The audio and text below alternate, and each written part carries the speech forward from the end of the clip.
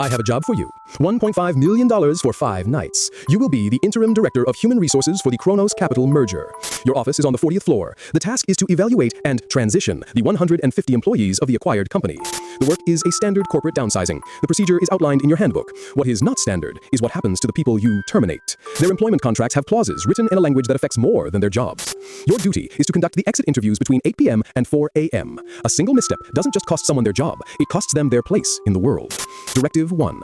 When you process a termination, you must use the green release form, not the red dismissal form. The forms are not just paperwork. The red form does not fire them from their job, it fires them from their life's purpose. If you use the red form, the employee will leave the building and find that their skills, their passions, and their driving ambitions have vanished. A painter will no longer understand color. A programmer will forget logic. They will become hollow, aimless shells, and you will see their vacant eyes in the face of every stranger on your commute home.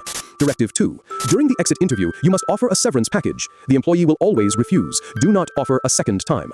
The second offer is interpreted as pity, which the contract defines as a breach. The employee's despair becomes a tangible asset you have created for the company. It will be added to the corporate ledger. You will be required to manage this asset. You will feel its weight in your portfolio, a cold, heavy sorrow that drains the warmth from your own life, dividend by dividend.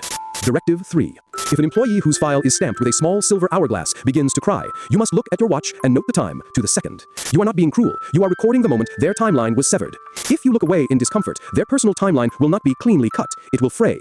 They will become unstuck, forced to relive the worst moment of their life on a loop, while their body continues forward, a puppet going through the motions. You will be the only one who sees the true, terror-stricken ghost behind their eyes during this process, and its silent screams will be the only thing you hear in perfect silence.